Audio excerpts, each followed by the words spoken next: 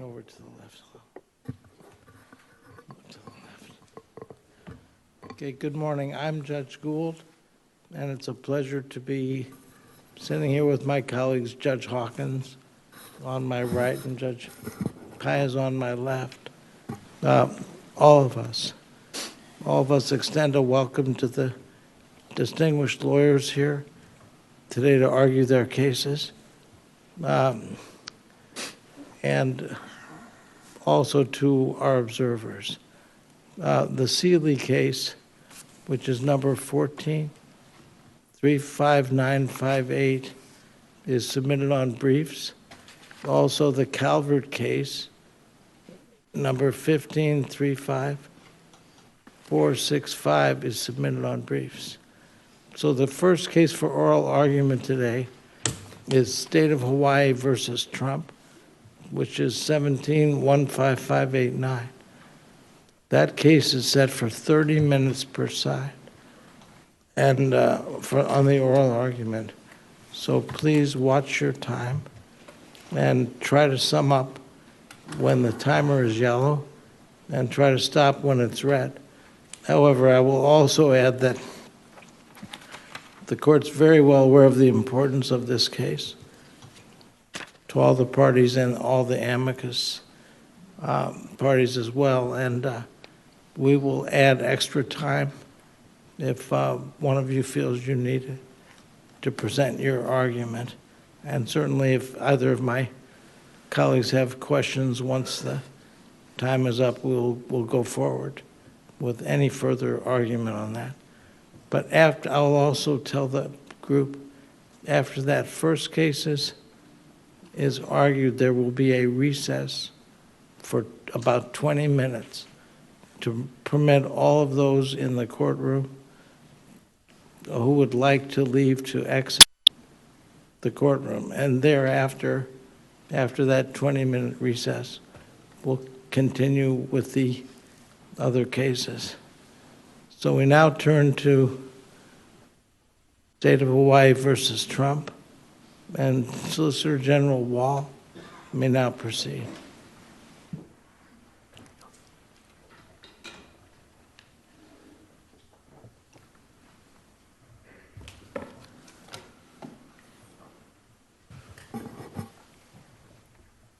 Judge Gould, and may it please the court.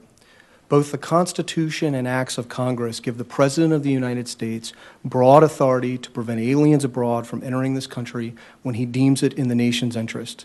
This global injunction restricting that authority cannot stand for three reasons. First, the district court applied the wrong legal standard.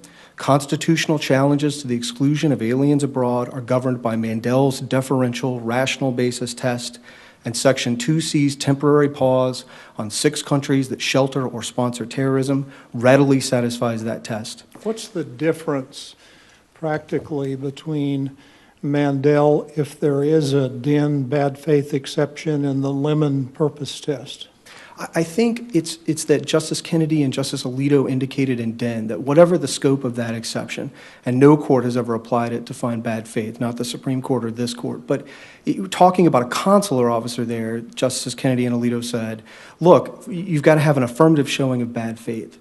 And I think if that's what you require for a one-off discretionary decision by a consular officer, you really ought to require the strongest, clearest affirmative showing where you're talking about the President of the United States and multiple members of his cabinet whose motives, I take it, have not been impugned. Whatever the bad faith exception is, to say that the commander-in-chief, the head of the executive branch, and multiple members of the cabinet acted pretextually, I think you ought to require the strongest showing for that sort of a remarkable holding, and I just don't think plaintiffs have put together the kind of record. Do you agree that under our case, Cardenas, that there is a bad faith exception? I do. This court read Justice Kennedy's concurrence in Den to be controlling. It said there's a bad faith exception. Obviously didn't find bad faith there, but I under this court's case law, yes, that exception is there. So I understand your position. It's that the DIN exception only applies to individual visa denials?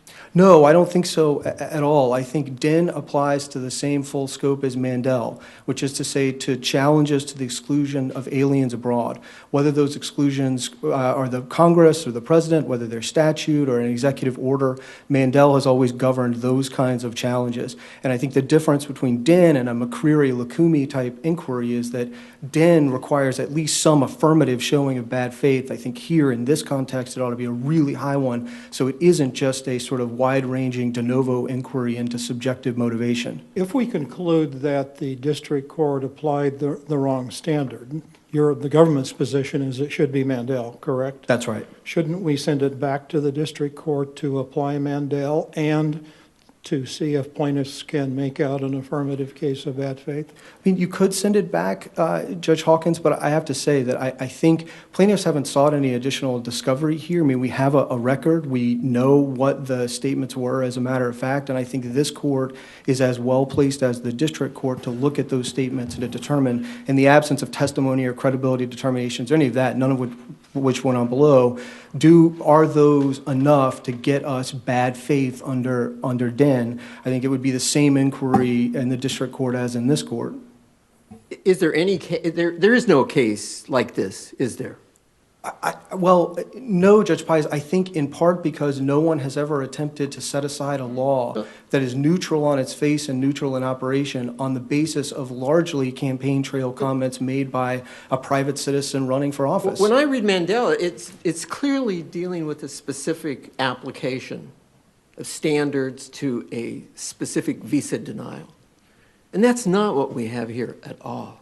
No, but of course, Judge Pius, the Supreme Court in Fialo applied it equally to a statute. That's correct. Courts of appeals like the Second Circuit have applied it to broad policy determinations by the executive. I don't think the Supreme Court or really any of the courts of appeals has ever tried to limit the Mandel test to just a discretionary denial of a visa by a consular officer.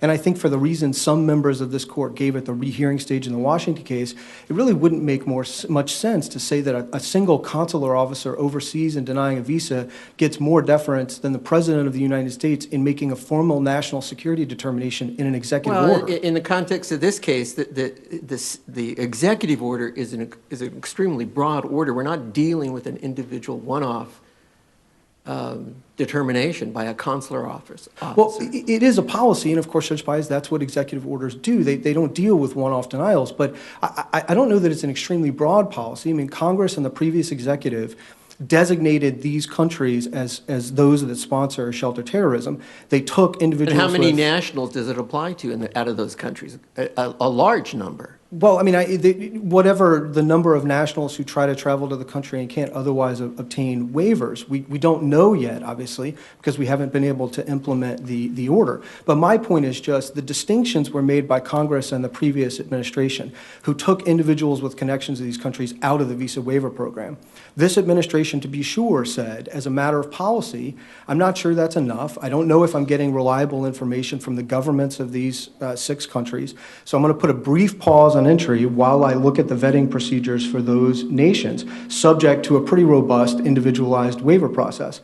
That's a policy judgment, to be sure, and it's a difference in degree, but I don't think it's a difference in kind from what the previous administration did. Can we go step back just a little bit? At your brief, you start off by challenging the standing, Dr. El-Sheikh in Hawaii. Right. What is that? Is that still core? Is that a still core argument for you in this case? Yes. I mean, we've made the arguments in our briefs, but I think the easiest way to think about it, if I were going to boil it down, Judge Paez, is you didn't raise standing at the district court level, correct? No, we did. We argued both in the district. We argued extensively in the district court about whether they had both Article III injury and prudential standing, Judge Hawkins. But if you look at the Cardenas case, Judge Paez, I really think that's the roadmap. This court said correctly, look, the denial of entry to aliens abroad is generally not reviewable because those aliens don't have any constitutional rights. U.S. citizens can attempt to argue that their own constitutional rights have been infringed by the denial of entry. The problem here is Hawaii doesn't have any rights to claim under the Establishment Clause of the Due Process Clause. So we're really down to Dr. El-Sheikh. He's not raising his own Establishment Clause right. He is raising his own Due Process Clause right. So if you think he's got Article 3 injury, he can at least raise his due process claim. But the problem with that claim is it fails on the merits because he doesn't have a protected liberty interest with respect to his How do mother-in-law. we evaluate his claim in light of our holding in Catholic League?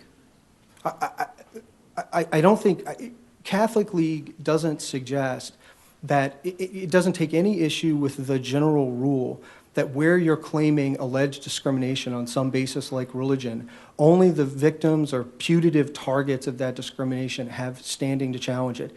Here, this order is aimed at aliens abroad who themselves have no constitutional rights. Dr. Elsheikh doesn't have an Establishment Clause right to raise, and I don't think the Catholic League case indicates any differently. His argument is that, go ahead. His argument is that in reality, this is a ban against members of adherents of the Islamic faith, correct? That's his argument. No, that's right. And that this broad policy disparages adherents to that faith in the same way that the individual residents of San Francisco County felt disparaged when the Board of Supervisors adopted this resolution saying that the cardinal of that diocese was acting in a terrible and un-American way by refusing to refer adoptees to same-sex couples. So what's the difference? So I think you had two key differences. One, that was explicitly religious speech. This is not. The order on its face doesn't have anything to do with religion, and in operation doesn't distinguish on the basis of religion. And two, that explicitly religious message was directed at the community of which the plaintiffs were a member. Here, this EO operates with respect to aliens abroad. And so the way plaintiffs try to get around that is they say, oh, well, it sends a message, and it sends a message to all Muslims in America. And I think the problem they have with that, and the D.C. Circuit said this in the Navy chaplaincy case, is if you can take government conduct directed toward others and reframe it as a message directed generally to all people aware of the government conduct, you've both overturned, in effect, cases like Valley Forge, and you've eviscerated settled limitations on standing. I mean, this is at least two bridges beyond the Catholic League case. Well, Dr. Elsheikh, isn't he, he's an imam, if I'm not mistaken, of his local group, Yes, right? he says I mean, he it's is. direct to him, isn't it? Well, the suspension of entry is just on the nationals Well- of the listed countries. Now, yes, as a U.S. How does his mother-in-law fit into this? His mother-in-law is a national of one of the listed countries. She can apply for a waiver. I think based on what they've alleged, it's exceedingly likely she'd get one, which I think goes to show And why. how does that affect his injury or harm? I think it shows that his harm is speculative and his claims are unripe. But if you disagreed with us on that and you found that he had standing, then I think you'd turn to the merits, and what you'd say is he's attempting to raise an Establishment Clause claim on behalf of somebody else. That's not properly before the court. He is raising his own due process claim, but it fails on the merits because no court has extended the due process right to in-laws, and whatever process he wants, this order more than gives it to him and his mother-in-law, because there's no doubt about why, if she doesn't receive a waiver, which we think she's likely to, what the reason for that would be. It's on the face of the order itself. There's nothing more that we could tell you, and that's why below they disavowed any desire for individualized hearings or the like, because this is a categorical policy. There's no more process we could give them, and they've never said what it would look like that would do anything more to inform them about what the reason for the EO is. I think what they're really raising is a substantive challenge, but again, they have two problems. One, they can't make out that case on the Establishment Clause side, and two, they never pleaded a substantive due process claim below. They phrased it only in procedural due process terms. She's not seeking an immigrant visa, correct? I believe she is seeking no, I guess it's a non-immigrant visa to visit. I think you're right, Judge Hawkins. She wouldn't fall within 1152, however that relates to 1183 or whatever. That's right. I mean, and I think our position... The doctor is not the sponsor, correct? I believe it's his wife that is the sponsor, but I'll leave And is she the plaintiff? No, she is not a plaintiff. Okay. I take your point, Judge Hawkins, and just to say a word about the statutes to make clear how we think they operate. 1182 applies to entry by its terms. Nothing in 1152, which deals with the issuance of immigrant visas, limits in any way 1182, nor could it. It would raise serious constitutional problems if, for instance, it were to disable the president from suspending nationals from a particular country if, say, he got actionable intelligence that someone was attempting to bring let's say, a dirty bomb into the country. So really what we're just down to is the question, are we required to issue immigrant visas to the 30% of people affected by this order who want immigrant visas, even though once they arrive at the borders, we can keep them from entering under 1182F? Didn't you concede before the Fourth Circuit that as a practical effect, implementation of the pause or ban, however you want to phrase it, sort of precludes relief under 1152? Yes, what we told the Fourth Circuit was the State Department has always implemented suspensions under 1182F by denying visas, because otherwise you'd be letting people come to the country. A visa is a travel document, and then once they got here at the borders, you'd be turning them away. And the State Department has never read 1182 or 1152 to require that kind of fruitless and harsh exercise. We also told the Fourth Circuit the same thing I'll say to you. If you agree with them on their reading of 1152, it can't ground the current injunction. At most, it would be an injunction against the government that would require us to issue immigrant visas to people who wanted to come here, even though once they arrived, we could keep them from entering under 1182F. We don't think that system would make a lot of sense. Like Tom Hanks at the airport, right? I think that's right. And that's why the State Department has always said, when you are denied a visa under 1152, it's only because you are validly suspended under 1182F. That's the reason. It's not, in effect, a nationality-based distinction. But again, if you disagreed with us on that, it would be the basis for a different injunction, one that I think would be practically pretty fruitless and harsh, but that would be the result. I don't think there's any way that you can read 1152 to limit the president's suspension of entry power under 1182F. So once you make that move, then there's no basis for the injunction here. Well, it seems like you have to read them together.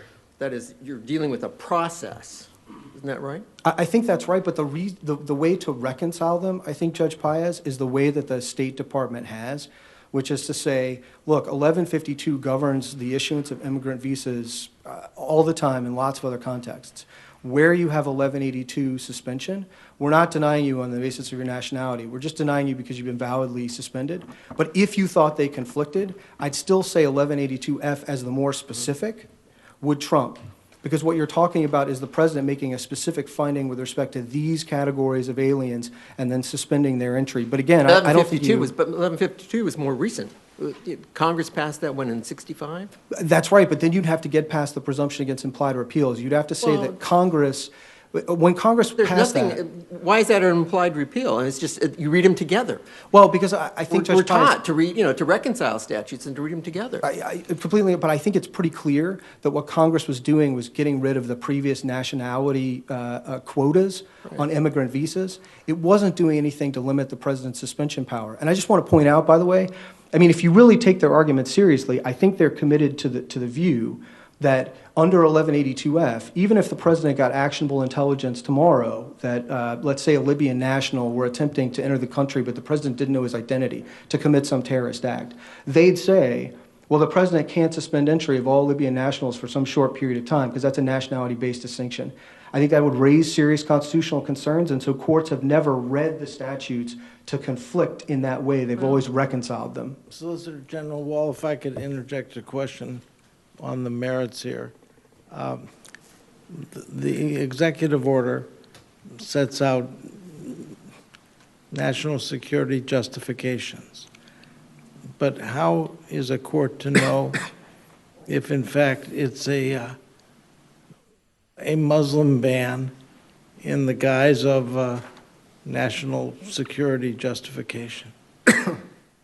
Judge Gould, I think that's the nub of the case, and that's Mandel, right? In Mandel, Justice Marshall in dissent said, look, if you'll take even the briefest peek behind the reason that the Attorney General has given, you'll see that it's not really why they denied him. They really denied him because he was a communist, and he wanted to come in and give lectures on communism. And the court said, we're not going to look behind. We're not going to take a look at any of that evidence that's in Justice Marshall's dissent. This is rational basis review. Is it a legitimate purpose on its face? And is it bona fide? Does it bear a rational relationship to what the government's done? And this court, in a number of cases, has said Mandel's rational basis review. And I think the benefit of that standard, as the court recognized in Mandel, Judge Gould, is it doesn't call on courts to make these sorts of determinations, the second guessing of national security determinations that they're sort of ill-equipped to do. And the flip side, of course, is what the plaintiffs won in the Washington case, right? They've asked for up to a year of discovery and up to 30 depositions of White House officials to find out exactly what was in the heads and what were the motives of the people framing this EO. And that's the road that in Mandel, the Supreme Court clearly said it was not going to go down, subject, as Judge Pius said, to the narrow bad faith exception in Dinh, where you've got an affirmative showing of bad faith. And here you would need official capacity statements that were unequivocal, right, post-inauguration to show that the president and members of his cabinet were acting in bad faith. And I just don't think they can make that kind of a remarkable showing here. Let me ask the same question that my friend Robert King asked you a week ago. Has the president ever disavowed his campaign statements? Has he ever stood up and said, I said before I wanted to ban all members of the Islamic faith from entering the United States of America. I was wrong. I've consulted with lawyers. I'm now addressing it simply to security needs. Has he ever said anything approaching that? Yes, Judge Hawkins, he has said several things approaching that, and I think it's detailed in various amicus briefs. The best one is probably the Southeastern Legal Foundation brief, and Part 3 walks through the comments and shows that over time the president clarified that what he was talking about were Islamic terrorist groups and the countries that shelter or sponsor them. And over time, he and his advisors clarified that what he was focused on were groups like ISIS and Al-Qaeda. And really the one post-inauguration statement they've got, the we all know what that means, I'd encourage the court to go back and look at the ceremony in which the president signed that executive order. The second one. Well, that's the first one, right? They don't have anything on the second order. But even if you said, okay, that's the first one and we'll carry that through, which for various reasons we've said you shouldn't. What about the statements where his surrogates have said the president is simply carrying out his campaign promises on this issue? But that's true, Judge Hawkins, because during the campaign he clarified that what he was talking about were territories and countries that Congress and the previous administration had determined were dangerous. And what he wanted to do was, he said, increase the vetting procedures. And that's what he said 3 minutes before he signed the first order, standing there next to the newly sworn-in Secretary Mattis. Sounds like you argue that our approach to these statements should be sort of an abuse of discretion review. If you could read the statements, good or bad, we should defer to the good. I think the value of the Mandel standard is that you don't look. Is that courts don't start engaging in this, but if you do, and for the reasons we've said in our briefs, we think as a matter of law you shouldn't. But if the court were taking them all into account, and here I mean not just the post-inauguration official capacity statements, but the campaign trail stuff, we would still say, look, the president clarified over time, and in the face of ambiguity about that, both respect for a coordinate branch and the presumption of regularity would require not reading them, I think as the district court did here, in the light most hostile and least favorable to the president. We did, you're right. We did receive a number of briefs in this case, a number of amicus briefs. And Judge Hawkins' question reminded me of something that caught my eye in one of the briefs, which is the Korematsu, from the brief from the Korematsu Center. Would the Korematsu executive order pass muster under your test today? No, Judge Pius. Why not? I want to be very... Facially legitimate. That's all you say. You emphasize facially legitimate. I want to be very clear about this. This case is not Korematsu, and if it were, I wouldn't be standing here and the United States would not be defending it. When counsel said below, and this is at page 116 of the supplemental excerpts of record, look, we'll concede that an order like this might well be constitutional in other contexts, where you didn't have statements like this that they were attributing, an impermissible motive. I think you know right then you're not anywhere approaching Korematsu. I think I cannot imagine that any court would say that the justifications put forward. How do you apply the facially legitimate standard to an executive order like that? I mean, there was no reference to Japanese in that executive order, and look what happened. Judge Pius, I'm not familiar with all the ins and outs of that executive order. I haven't gone back and looked at it. I can't imagine that courts would say that it survived the Mandel standard. But the point is just, I think counsel here have implicitly recognized below that if some other president had done this without these statements, that this executive order would almost certainly be constitutional. And then what they're left with are the statements. And they're saying, all right, look, on its face, it's neutral. It doesn't operate on the basis of religion. But we think the president made clear over time why he was really doing it, and you should look behind it. I think that's a very different situation from Korematsu, and I don't think they've pointed to a single case, either under Mandel or even if you went under McCreary and Lukumi, that would say we have a law that isn't a religious gerrymander like Lukumi. It doesn't distinguish, it's not explicitly religious like McCreary, but we're still going to set it aside based on what we believe to have been the subjective motivations of the president or the advisors who adopted and crafted the policy. That's a really remarkable holding, Judge Paez. Is a bad faith determination under DIN the same thing as a purpose determination under Lemon?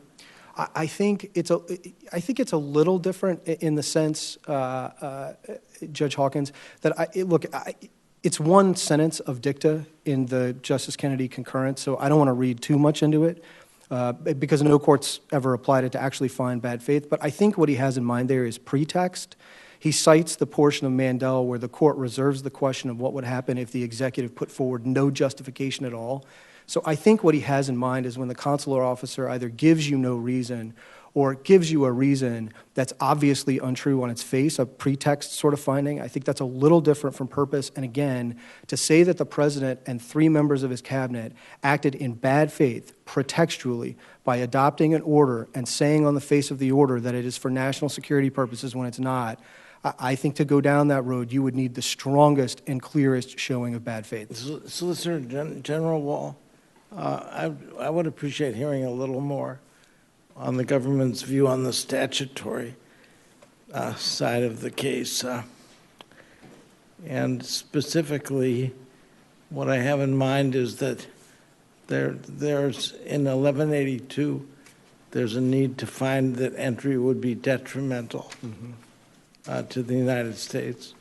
And so I have a question whether there's an adequate finding of detrimentality to justify keeping everybody from a particular company out of the country, from a particular country out of the country. And then I also have a question on making it a national origin ban, because that seems to conflict with the 1985 statute, although that was limited to immigrant visas. But if you could touch on those issues, I'd appreciate it.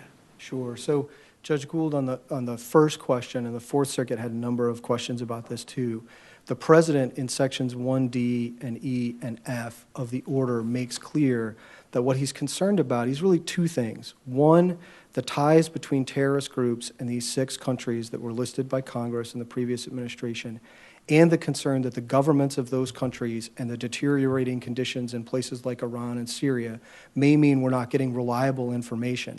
And so what the president found was he said, look, I find that it would be detrimental to let in their nationals for a brief period of 90 days while I ascertain whether the vetting procedures that we have in place for these countries are actually adequate. So he wasn't saying, I find that it would be detrimental because they're all dangerous or they all are potential terrorists or anything like that. He was saying in the face of uncertainty about whether we're getting good information from their governments so that we can screen them out in the visa process, I'm going to put a temporary hold subject to the visa waiver. And I think under a Mandel rational basis review, but frankly under any legal standard, I think the president's detrimentality determination there would easily survive. The second half of your question gets back a little bit to what Judge Hawkins and I were talking about. 1182 is entry. 1152A is issuance of immigrant visas. The State Department has always reconciled those by saying that when the president suspends a group, even if in part on the basis of nationality, that the reason for the denial under 1152 is not the nationality, it's that you're subject to a valid suspension. So the State Department has in practice always reconciled them so that we're not giving travel documents to people who would arrive and then we would keep them from entering. But again, if the court disagrees with us on that, I think at most it would be the basis for an injunction that said for the 30% of aliens or so subject to this order who want immigrant visas, we'd be required to give them the visas, even though when they arrived, we wouldn't have to allow them to enter the country because of the 1182F suspension. I think as the district judge in the Maryland case recognized that that wouldn't be a sensible result. I think the State Department's reading of these statutes is the far more sensible one. But no matter what reading you take, unless you say that the president is disabled, every president, permanently, from making any nationality-based distinctions under 1182F, Reagan with the Cubans or Carter with the Iranians, unless you take that road, I don't think there's any way to read the statutes that could provide the basis for the injunction we have here. And if I could just reserve the remainder of my time. Thank you. Thank you. Okay, Counsel Kacha.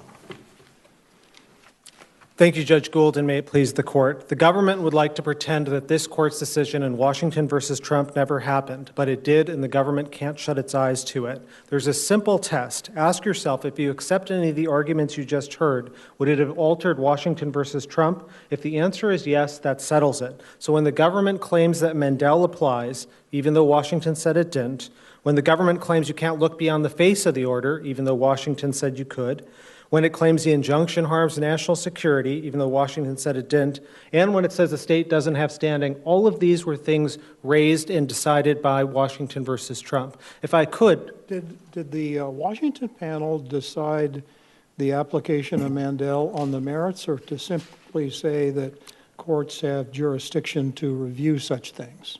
It resolved the question of whether the Mandel standard of bona fide. You think our panel is bound by that? I do, and if I could read to you the language from Washington versus Trump, this is found at page 1162. The government cites Mandel for the proposition that, quote, when the executive exercises immigration authority on the basis of a facially legitimate and bona fide reason, the courts will not look behind that. The government omits portions of the quoted language to imply that this standard governs judicial review of all executive exercises of immigration authority. In fact, the Mandel standard applies only to executive branch officials to issue or deny an individual visa. The present case, by contrast, is not about that application of a specifically enumerated congressional policy. That's this case, Judge You read Hawkins. a little bit more into the case than I did. I'm just reading to you. I do. Well, I understand that, but they didn't really decide those questions. They decided that case based on due process grounds. Oh, they certainly decided Clear. on due process. I'm not saying that that they reached the establishment clause and found a violation. I am saying, however, for purposes of Mandel, the government became before this court in Washington versus Trump and said the standard that governs all of this case is facially neutral and bona fide. This court recited that standard back to them and said it doesn't apply. That is a square holding of this court. If I could, I'd like to start with Judge Hawkins' question about the Establishment Clause. You asked my friend, Mr. Wall, has the president ever disavowed all of these statements? And I thought his answer was surprising because he couldn't actually point to any disavowal. He just cited en masse amicus briefs because the truth is there is no such statement. We give you chapter and verse the things the president has said. The district court gave them to you as well. They're both pre- and post-inauguration. There's not just one. Starting in December 2015, when he called for a, quote, total and complete shutdown of Muslims entering the United States. Then a few months later, quote, I think Islam hates us. We can't allow people coming into this country who have this hate of the United States. Then a few months later, my opponent, quote, would admit tens of thousands of refugees from the Mideast would try to take over our children and convince them how wonderful Islam is. Mr. Katyal, let me, those statements are profound. I mean, I'm familiar with them, we've read them and everything else. But it is a little bit concerning, though, that those statements take place during the midst of a highly contentious campaign. Absolutely, and we wouldn't be... So, don't you need to look at it from that perspective as well? Well, we wouldn't be standing here if it was just campaign statements on its own, but as the district court found, the president rekindled those statements through his actions as president in two different respects. First, when he issued the first executive order, he read the title of the executive order, looked up at the camera and said, we all know what that means. That's at SCR 148. Right. And that is, if it was clear from the title what it meant, he wouldn't have had to say it. It's a reference to something else. And indeed, when he issued both executive orders, he left on his website that very statement about the complete and total shutdown of Muslims, a statement that just happened to disappear moments before the Fourth Circuit argument last week. So I think the question is, what would an objective observer view these statements as? And as the district court found, it would view them as an establishment of a disfavored religion of Islam. We're not saying that we're not in favor of psychoanalysis or trying to get into the president's head. You don't, Your Honor, need to be Sigmund Freud in order to affirm the district court. You just simply must ask, as the Supreme Court has told you, what would an objective observer think with these sorts of statements? And these statements, by the way, just one last point, do continue. Even last month, the Doe brief, which was filed before you, says even last month, the president said it's a lot easier for Muslims to immigrate than Christian refugees from the Middle East, and, quote, he's going to be helping the Christians big league. So this is a repeated pattern of the president. Indeed, 2 months ago, to this day, when the district court struck down the injunction in this case, this is at SER 84, the president said, quote, moments ago, I learned that a district judge in Hawaii, part of the much overturned Ninth Circuit, just blocked our executive order. This is a watered-down version of the first one. And let me tell you something. I think we ought to go back to the first one and go all the way, which is what I wanted to do in the first one. Does that mean that all those statements, post-election statements, even the one you just read, does that mean that the president is forever barred from issuing an executive order along these lines? And what does he have to do to issue an executive order that, in your view, might pass constitutional muster? Not at all. So I think there's two paths that the president could take in order to pass constitutional muster. One is the way that our founders thought, Article 1, Section 8, which is Congress, which is in the driver's seat with respect to immigration, passes a statute. And as Justice Alito said, when Congress passes a statute, it's much less likely to discriminate. It's 535 people versus one, which is why his Mandel point is so problematic. That's number one. Second thing they could do is the president could do all the kinds of things, or some of the kinds of things, remove the things that the district court found led an objective observer to say that this discriminates. So one example would be what Judge Hawkins said about disavowing formally, all of the stuff before. But that's not it. I mean, he could do a lot of things. He could do, for example, and I'm just going to throw out some examples. I'm not trying to micromanage the president, but he could say, like President Bush did right after September 11th, quote, the face of terror is not the true faith of Islam. That's not what Islam is about. Islam is peace. Instead, we get, quote, Islam hates us. I think Islam hates us. I think he could point to changed circumstances from December 2015 when Congress debated the exact same evidence that the president relies on in his executive order and say, we actually need more than just denying people entry without a visa, which is what Congress required. You need to do more than that. It could eliminate the text, which refers to honor killings. There's a bunch of different things that could be done. And our fundamental point to you is that presidents, presidents don't run into Establishment Clause problems, and the reason for that is that this is a very limited, in a really unusual case in which you have these public statements by the president. Indeed, if you affirm the district court, there's not a thing that any president has done in our lifetime that would be unconstitutional. Before the Fourth Circuit, one of the judges asked, well, suppose it had been another individual that issued the same executive order and hadn't said all these things, would it pass constitutional muster? Oh, so I think the most important point is if you don't say all these things, you never wind up with an executive order like this, which is why no president has done that. But I take the hypothetical, and if that hypothetical arose, I think it would be different. That is, context matters. The Supreme Court in McCreary, for example, says, look, governments can close shops on Sundays, and if they do it because of labor, they want to give workers a rest, that's fine. But if they do it and at the same time announce the reason why I'm doing it is to help churches, that's obviously an Establishment Clause problem. And so that's why context matters. It always has in the context of the Establishment Clause. And here, the history is overwhelming. And that's why this is so unique. This is not, something that is going to hamstring any president from anything that's happened in our lifetimes. This is a very unusual circumstance in which you have all of these different statements. You've, in your briefs and before the district court, you argued the statutory grounds quite extensively.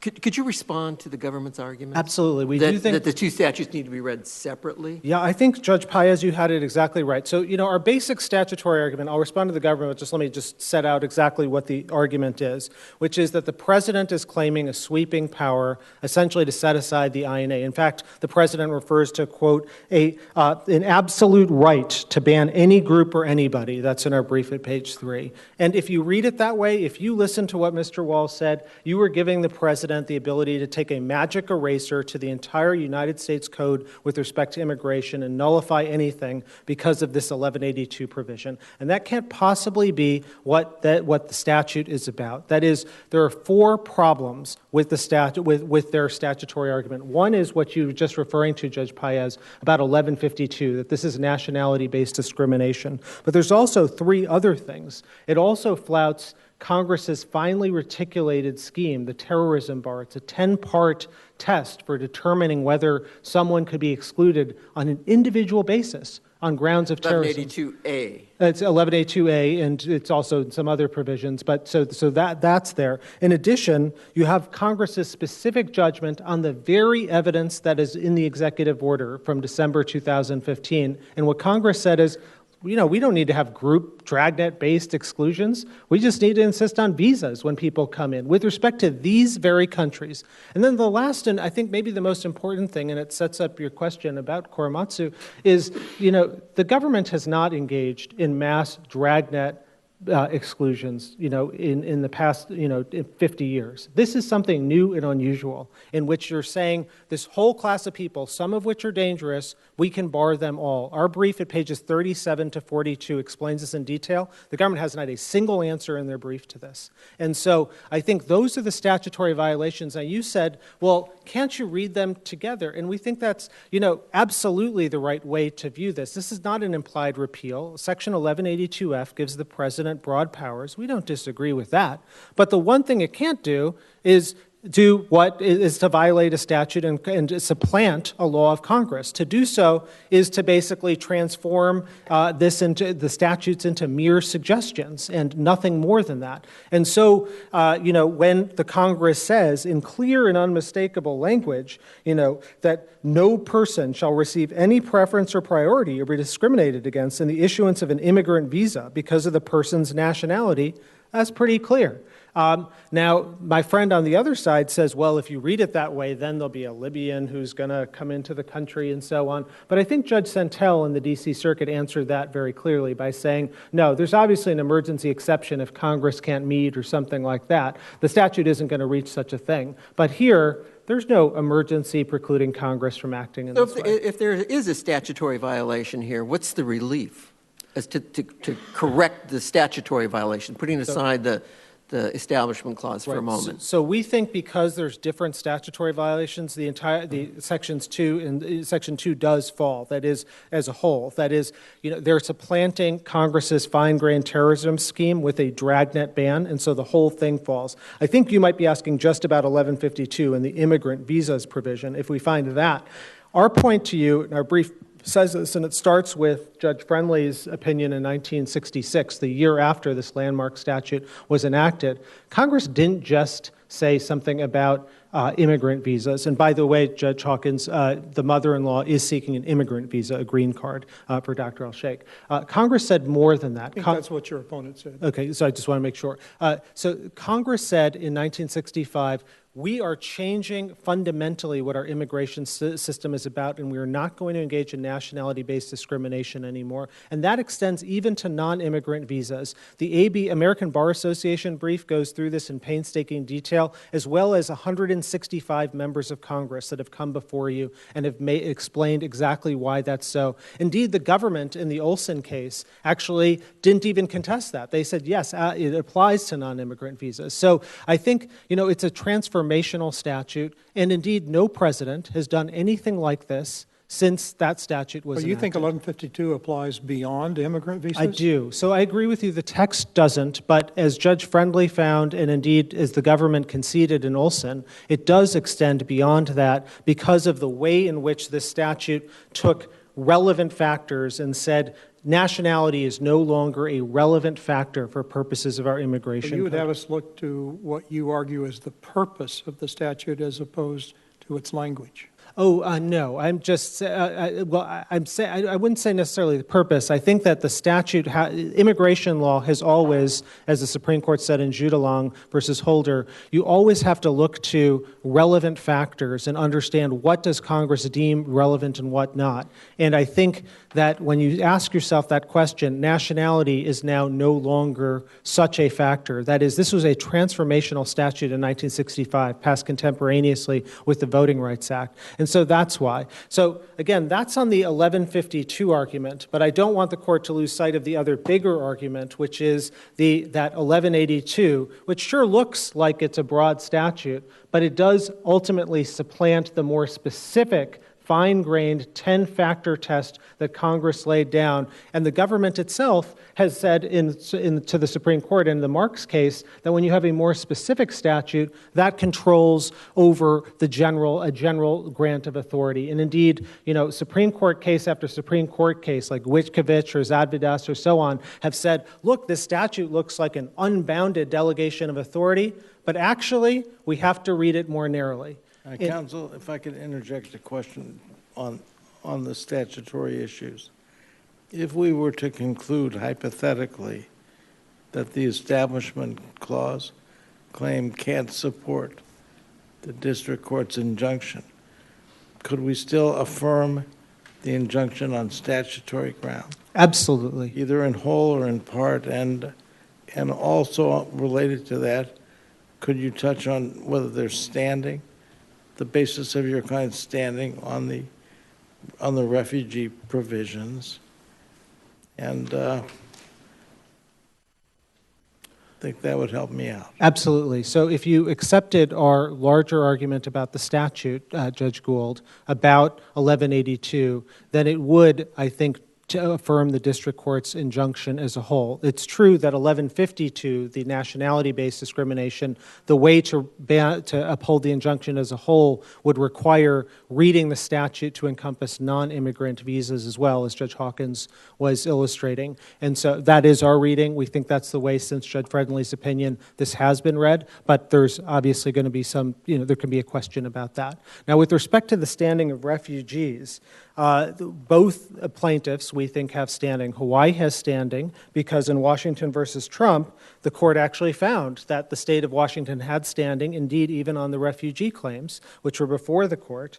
And here we have identified, indeed the government has pointed to 3 refugees that have come in this year in 2017. They said this, in the district court proceedings below. And so Hawaii has an interest in making sure that its refugee programs and the dollars it spent are actually being able to be used. And a flat ban on all refugees, which is what that executive order is, would basically force those dollars to be wasted. And with respect to Dr. El-Sheikh, he too has standing with respect to the refugees. His mosque actually has a refugee in it. I mean, he's the imam of the largest mosque in Hawaii.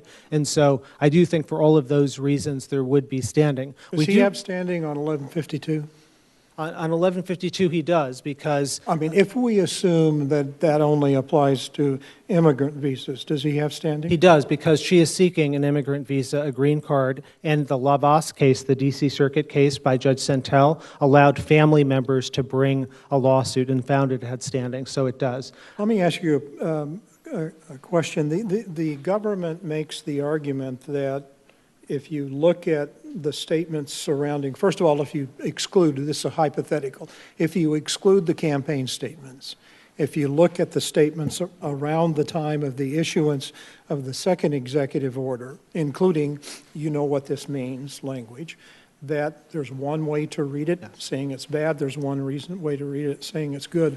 Why shouldn't we be deferential to the office of President of the United States on such issues? Yeah, so that's the million-dollar question, Judge Hawkins, and I don't think there's any precedent in this court or any other that says that when you're thinking about what a reasonable observer would view as an Establishment Clause problem, that you defer to a government official. Rather, the whole test is an objective observer, not what the president thinks. We're not impugning what's in his head. We're just saying objectively, This is how a reasonable viewer would see it. If you viewed it the other way and gave deference, then you'd really be giving the president the ability to bootstrap all sorts of things and say, well, enact all sorts of discriminatory policies, but then say, I defer, you have to defer to me. I don't think it's discriminatory, which, by the way, he hasn't even quite said. But you'd be in, I think, a really dangerous situation. And indeed, our founders were particularly concerned about the idea of immigration restrictions being used to establish a religion. That's actually what happened in colonial Virginia.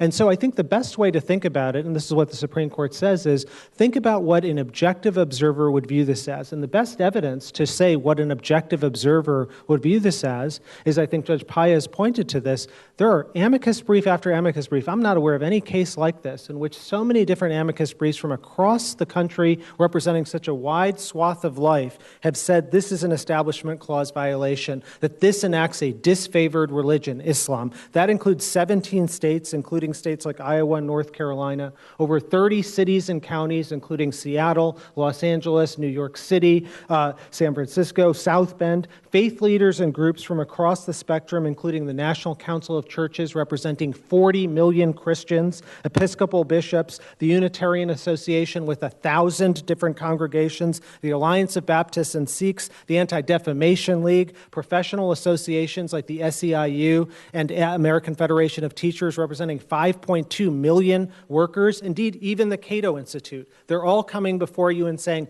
look, this is unprecedented. We have not seen anything like this in our lifetimes in which a president is establishing a disfavored religion, and with real consequences. This isn't just the president saying something without action. This is the president's action as well. You've argued in the past to give deference to the executive in immigration matters, haven't you? Sure. In United States against Texas, I think you wrote an amicus brief in which you said the particular demands of the immigration system, in fact, require the executive to wield broad discretion. The executive must prioritize enforcement resources in a way that makes the immigration system function effectively while balancing a range of foreign policy, national security, economic, and humanitarian concerns. Absolutely. That's your language, isn't it? Absolutely, and we don't disagree with any part of that, Judge Hawkins. Rather, what we are saying is that the president has to implement, Congress's will, but it can't be an unbounded delegation. Indeed, I think if you read the government's brief, you might think, oh, the president can have this such a sweeping delegation that he could even name classes of people or nationalities and so on. And really, the government derives its strength from the Abizak case. This is at the reply brief at page 21. When you go back and look at what that case is, because they try and pass this off as the majority opinion by then Judge Ginsburg, Ruth Bader Ginsburg, they're actually citing from the dissent by Judge Bork, not the majority opinion. They don't tell you that. And yes, the dissent says that, but the majority has never said that. The law has always been that even when there is a delegation of authority, it's still got to be viewed within an overall context of the immigration scheme. And to view it the way they do would allow the president to take a magic eraser to the entire code. And obviously, the brief in that Texas case is not about Establishment Clause or anything like that. We understand Yes. what that was about. But you also wrote a brief in Flores Villar I've been busy. in which you said U.S. policy towards aliens is vitally and intricately interwoven with the conduct of foreign relations, a power that is likewise vested in the political branches, and any rule of constitutional law that would inhibit the flexibility of the political branches of government to respond to changing world conditions should be adopted only with the greatest caution. Right. When I was in the government, I tried to get the Supreme Court to bite on that. They didn't. And I think but even still, look, we're not here saying that there's no. The president doesn't have emergency powers, national security powers. Of course he does. The question is, when you have a circumstance like this, when the very evidence that they have pointed to was before the Congress of the United States, and they said, we don't need this mass dragnet ban. Instead, we can do something more limited, require visas. That, I think, is all that is particularly telling. So obviously, if it's an emergency situation, it's a different matter, but that's not the world we're in. Indeed, the government points in its executive order to really only three things. They point to two people from Iraq who committed crimes, but Iraq is now exempt from the executive order, and someone from Somalia who came here as a refugee when he was 2 years old and committed crimes when he grew up, but the executive order exempts Somalis. Exempts youth. Suppose the president had adopted this second order or a third order and identified areas of active combat in some of these affected countries, or in those portions, carefully drawing the map like a legislative gerrymander, if you will, to identify areas where there has been terrorist activity, whether it's ISIS, Boko Haram, Al-Qaeda, the Taliban, and narrowed it down to just those areas. Yes. Would that pass your I muster? think it would. I mean, obviously it'll depend on the context, but I think it very much would, because that's exactly what Congress did in 2015. It didn't do nationality-based discrimination. This is what the district court found at page ER 61.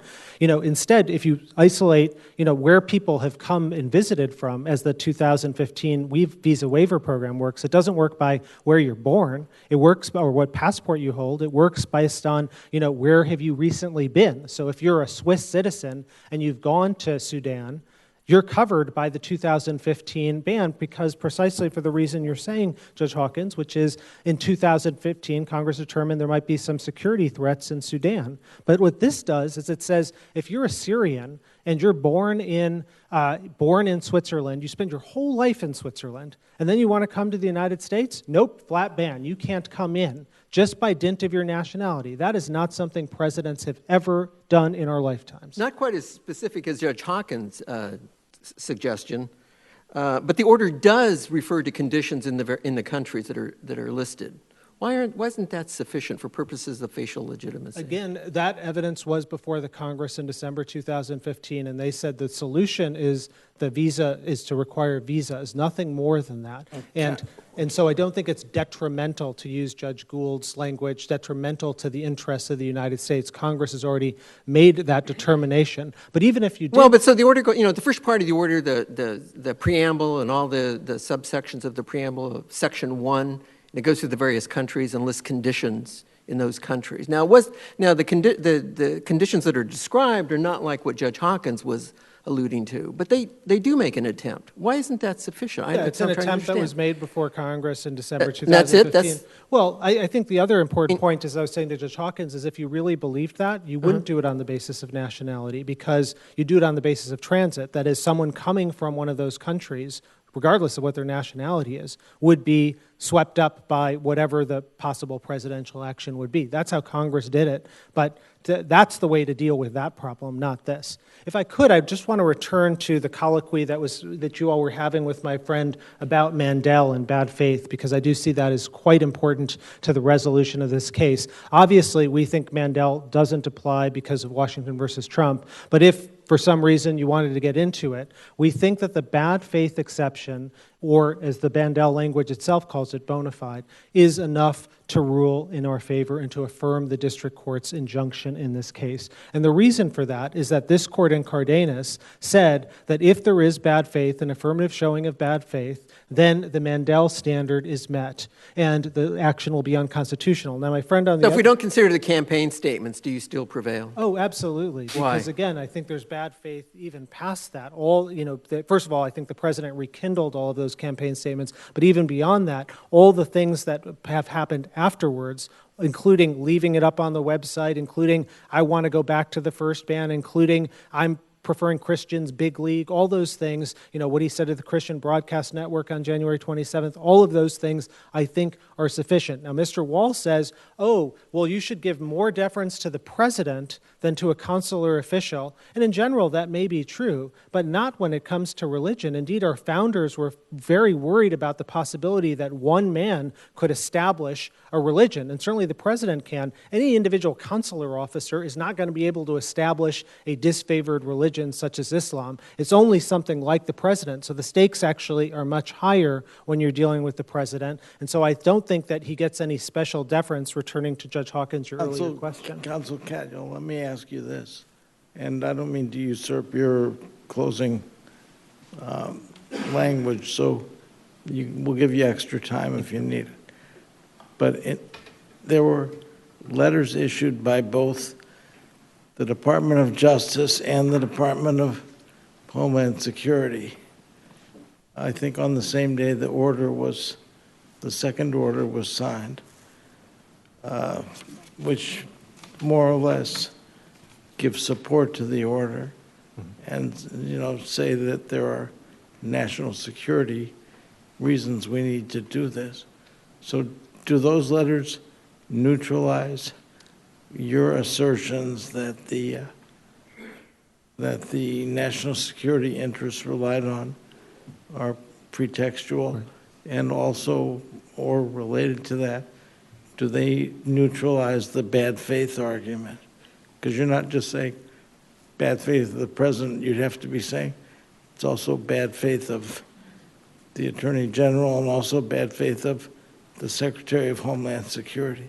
Right. So it's certainly true that those letters were written on the morning of saying would be nice to do an executive order like this, and then the executive order issues.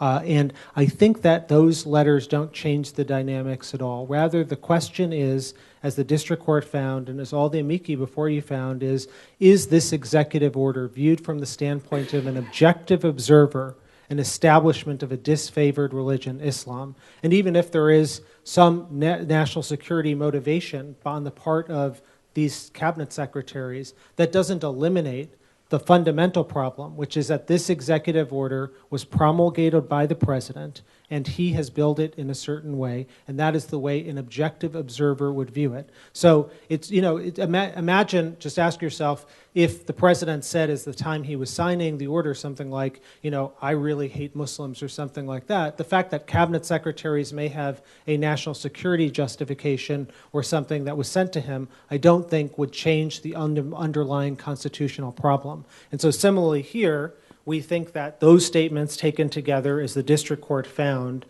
do so. If I could have I have a quick question on scope, if you don't mind. I understand from the Fourth Circuit argument that the district court in Hawaii construed its injunction to also cover and prohibit the ability of the government to study the issues that they're talking about in the context of the order, to find out if there's more things that could be done in terms of vetting or procedures or transit or visa issuance, that sort of thing. Is there any justification for that portion of the order? Yes. For that interpretation? So may I answer and then have about a half minute to sum up? Yes, well, we're giving you extra time. Wonderful. So. Thank you. Thank you so much. So I didn't really quite understand Mr. Wall's statement to the Fourth Circuit. He said, quote, well, I take Mr. Wall at his word. He said that they asked the district court, and he can tell us, they asked the judge in Hawaii, can we go ahead with these studies to determine if there are things that can be done? And I take it he was saying that in reaction to the judges on the Fourth Circuit and bank panel saying, why haven't you done this? Exactly. So let me read to you his words in the Fourth Circuit and then go through it because it gets a little technical. This is what he said, quote, we went back to the Hawaii judge and said, look, you can't possibly have meant to enjoin internal governmental procedures to look at vetting for these 6 nations. And in the face of that motion, the district judge said yes. I don't think that's quite right. That is, they did ask to clarify the injunction, not with respect to the 6 countries and studying the 6 countries, but just generally, can they have internal consultation and the like? I think my question is a little broader than that. Exactly. My question is there any justification for interpreting the district court's injunction to cover what I've just described? Yeah, so I think yes. Answer yes or no. The answer is yes, if it comes to a worldwide study under the auspices of Section 2A of the order. And the reason for that is what we pointed out in our opposition at the district court to their clarification motion at page 13. This was the government's own theory. They said that the study in 2A was integrally linked to the 2C exclusion in the 6 countries. And so if you view the 2C exclusion of the 6 countries as an establishment or a statutory violation, then the 2A worldwide study has to fall. But Judge Hawkins, let me reassure you, that doesn't matter at all. That is, the government can and indeed has been conducting worldwide vetting and increased studies about all of these things. Every executive order. Recently, they do something along those lines with the laptops or something? Not just laptops. 2 weeks ago, they announced in the Code of Federal Regulations an increase in vetting procedures worldwide. So the injunction doesn't ban studies at all. It only bans a specific study, which is a study designed to carry out what we view as the Muslim ban in Section 2A. And so the president has been conducting those studies, as every executive. We'll get a chance to hear from Mr. Wall on that. Okay, great. If I could just sum up for 30 Yes. seconds or so. Last week, my friend Mr. Wall closed his argument by saying that the precedent here will transcend this case and this travel ban. And I couldn't agree more. If you rule for us, you leave intact the president's powers, including every decision that every president has made in our lifetimes, and you preserve a status quo that has existed for decades. If you rule for him, you defer to the president in a way that history teaches us is very dangerous. You open the door to so much. As Justice Jackson said in the context of the First Amendment in a religious freedom case, quote, "The First Amendment was designed to avoid these ends by avoiding these beginnings." This very courthouse, which tried, convicted, and then later exonerated Gordon Hirabayashi 44 years ago, stands as a physical reminder about what is at stake. Our Constitution and laws are better than this. Our founders wanted America to be a beacon on our coast, and that beacon at the end of the day is not the quality of our sports teams or the quality of our soil. That beacon ultimately is the majestic Article 3 and the grand contours of the First Amendment. We ask that the district court's ruling enjoining this unconstitutional and un-American executive order be affirmed. Thank you, counsel. Solicitor General Wall, you had reserved a couple of minutes, but we also went over time on the appellee's argument, so we'll give you extra time if you would like it. Thank you, Judge Gould. I'll try not to use all of it. I have just a few brief points. The first is, I don't think Washington can be taken to resolve the standard of review in this case. I think it's Mandel. And under that... Pretty close, though. Well, it did it in a section called reviewability. And to the extent that what Washington said, Judge Paez, was Mandel can't govern, broad policy determinations. Even plaintiffs don't try to defend that reasoning because it's inconsistent with Fialo and other cases, and that's why I don't think this court should overread it. Under that standard, I'm glad to hear counsel say, look, we wouldn't be up here if it were just the campaign statements. I'm glad to hear him say that, because those are not statements in an official capacity, and they don't tell you what the official objective of government conduct is. People say things on a campaign trail, and then they take an oath to uphold the Constitution, they form an administration, and they consult with them on the policies they develop. And we shouldn't start down the road of psychoanalyzing what people meant in the campaign trail. And then Judge Paez, in answer to your question, he's down to a handful of statements, and the only one that directly concerns this order is what the president said when he signed the first one. We all know what that means. And what the president said 3 minutes before he signed that, in the presence of the newly sworn-in Secretary of Defense, was, I'm signing this order because I want to increase the vetting procedures for radical Islamic terrorist groups. 3 minutes later, when he signs the order and he makes this 6-word offhand comment, it's clear in context, and I think it's at least, within the presumption of regularity that we ought to afford to the head of a coordinate branch. What he's talking about are terrorist groups, not all Muslims everywhere in the world. There just isn't enough in this record to get you to bad faith under Den. And I think counsel wants to discount how remarkable it would be for the court on a handful of statements made by the president on both sides, right? You could look at SCR 90, where the president says, I want people to come here who love this country. Many Muslims do. Many Muslims do. And we can go back and forth on the president's comments over time. And that's just not a judicial inquiry like what Mandel commands courts to do. And under that inquiry, there is not bad faith here. On the statute, for all of the rhetoric, Judge Hawkins, the language of the statute doesn't get you where he wants to go. 1152 deals with the issuance of immigrant visas. It doesn't deal with entry, and it doesn't deal with non-immigrant visas. We make nationality-based distinctions in the non-immigrant visa context every day. That's what the visa waiver program is. Nationals of some countries have to get a visa. Nationals of other countries don't. And Olson doesn't say anything different. At most, it gets you an injunction very different from this one that I think would actually be more harsh to the people that counsel counsel purports to defend, but none of it gets you a limitation on 1182F, which Judge Ginsburg in footnote 2 of her decision in Abu Razak said is the president's sweeping proclamation power to suspend the entry of any class of aliens when he deems it in the nation's interest. And I know counsel wants to second-guess the exercise of that power here, but he's right. Whatever this court says will govern president's exercise of that authority for years and decades to come. And no court has ever read into 1182F, ever, the kind of limitation, whether from 1152 or any other statute, that counsel wants to find in it. The last thing I'll say is just the overbreadth of this injunction.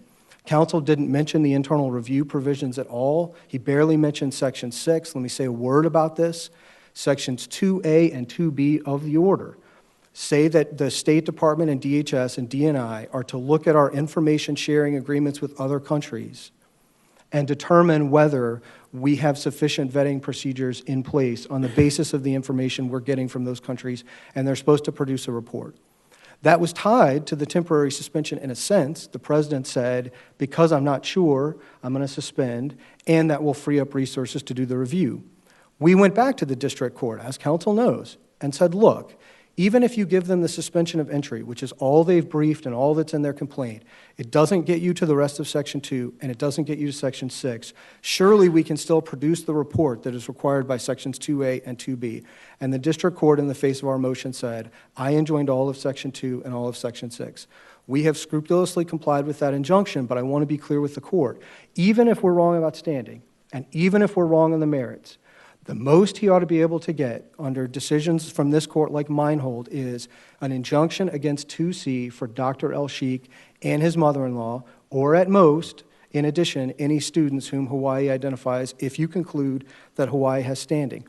He is conflating the nature of his legal argument with the kind of relief to which his plaintiffs are entitled if their claim prevails on the merits.